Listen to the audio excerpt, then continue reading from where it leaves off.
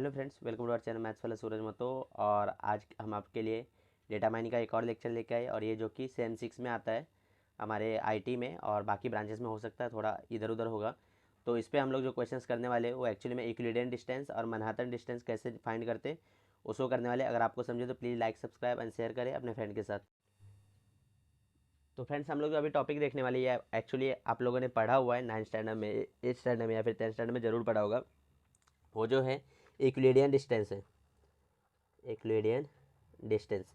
ये आपने पढ़ा होगा, अगर अभी आपको रिकॉल नहीं हो रहा होगा तो मैं अभी आपको बताता हूँ। सपोज हम लोग को 2 पॉइंट दी हुई है, ए जो कि है x1 y1 और बी जिसके कोऑर्डिनेट दिए हुए हैं x2 y2। तो इन दोनों के बीच में अगर मुझे यूक्लिडियन डिस्टेंस निकालना होता है ना, तो हम लोग निकालते हैं डिस्टेंस ऑफ ए बी, और वो क्या होता है, तो root of y2 minus y1 the whole square plus x2 minus x1 the whole square. तो ये फॉर्मूला का यूज़ करते हैं तो हम लोग को डायरेक्टली यूक्लिडियन डिस्टेंस मिल जाता है। अभी आपको रिकॉल हो रहा होगा कि आपने ये ज़रूर किया होगा। अगर भूल गए होगे तो हम लोग इसको करेंगे तो आपका जो भी डाउट होगा वो क्लियर हो जाएगा। तो यहाँ पे हम लोग को कोऑर्डिनेट दिए हुए है, ए का 2,4 और बी का जो कोऑर्डिनेट दिया हुआ है वो दिया है 5,8। और हम लोग को यूक्लिडियन डिस्टेंस का फॉर्मूला का यूज़ करके ये जो डिस्टेंस है वो कैलकुलेट करना है। तो डिस्टेंस ऑफ ए बी कैसे कैलकुलेट करेंगे, तो इसको हम लोग एक्स वाई ले लेते हैं, x1 इसको y1, ये x2 और ये हो जाएगा हमारा y2। तो क्या करेंगे, रूट ऑफ क्या होता है फॉर्मूला y2 माइनस y1, तो 8 माइनस 4 द होल स्क्वायर। बहुत बार आपको ऐसा भी दिखेगा कि y1 माइनस y2, तो वो भी राइट ही, क्योंकि वहाँ पे स्क्वायर ले रहे हैं तो साइन का उतना फ़र्क नहीं पड़ता है। तो ये हो जाएगा 8 minus 4 the whole square plus 5 minus 2 the whole square. तो 8 माइनस 4 जब हम लोग करते हैं तो कितना आता है, 4 आता है, तो ये 4 का स्क्वायर हो जाएगा। और 5 में से 2 करते तो ये 3 आता है, तो ये क्या हो जाएगा, 3 का स्क्वायर। तो 4 का स्क्वायर होता है 16 और 3 का स्क्वायर 9, तो 16 पर 9 कितना होगा, 25। और 25 का रूट कितना आता है, 5, और क्योंकि डिस्टेंस है तो ये हमेशा पॉजिटिव ही रहेगा। तो ये हमारे को यहाँ पे डिस्टेंस मिला।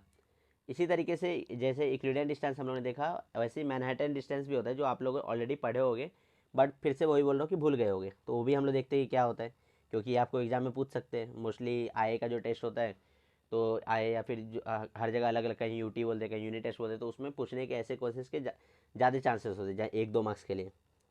जैसे मेरे टाइम पे मुझे पूछा था, तो अगर आपको ये पता होगा तो आप कर पाओगे इसको। तो मैनहट्टन डिस्टेंस अभी ये कैसे फाइंड करेंगे, तो इसके लिए डिस्टेंस का फॉर्मूला होता है mod of x2 minus x1 plus mod of y2 minus y1।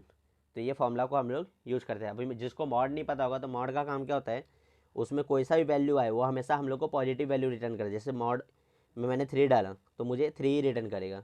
Mod में अगर मैंने -4 डाला ना, तो ये -4 को पॉजिटिव कन्वर्ट कर देगा 4 में।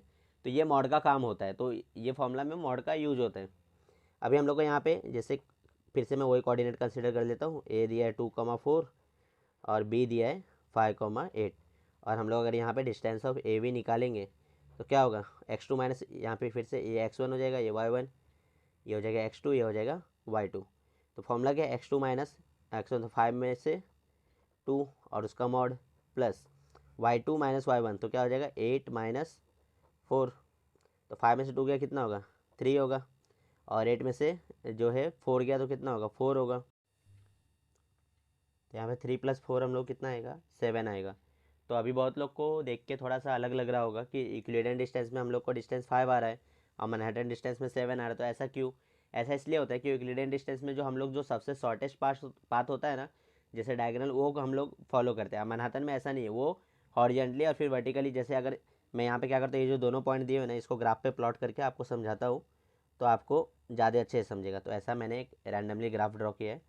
तो यहाँ पे हम लोग को 2.4 है ना, तो एक्स पे 2 और वाई पे 4, मतलब लगभग यहाँ कहीं होगा वो। और ये 5,8 है, तो ये एक्स पे 5 और ये इस पे 8, तो यहाँ कहीं होगा। तो जो हमारा यूक्लिडियन डिस्टेंस है ना, वो सिर्फ इतना मेजर कर रहा है, यहाँ से यहाँ तक का डिस्टेंस। लेकिन मैनहट्टन डिस्टेंस का ऐसा नहीं, वो पहले यहाँ से यहाँ तक जाएगा फिर यहाँ तक जाएगा। इसलिए जो यहाँ पे है, ये हम 3 और 4 ये दोनों को कैलकुलेट करके 7 आंसर दे रहा है, और ये जो है शॉर्टेस्ट जो पाथ हमारा होता है 5, वो आंसर देता है। इसलिए दोनों के जो वैल्यूज है वो अलग अलग आता है। तो आई होप जो ये कॉन्सेप्ट है मैनहट्टन डिस्टेंस का और यूक्लिडियन डिस्टेंस का आपका क्लियर हो गया होगा। तो अगर आपको ये अच्छे से समझा तो please like, subscribe and share करें, और अपने फ्रेंड को भी शेयर करें। Thanks for watching the lecture.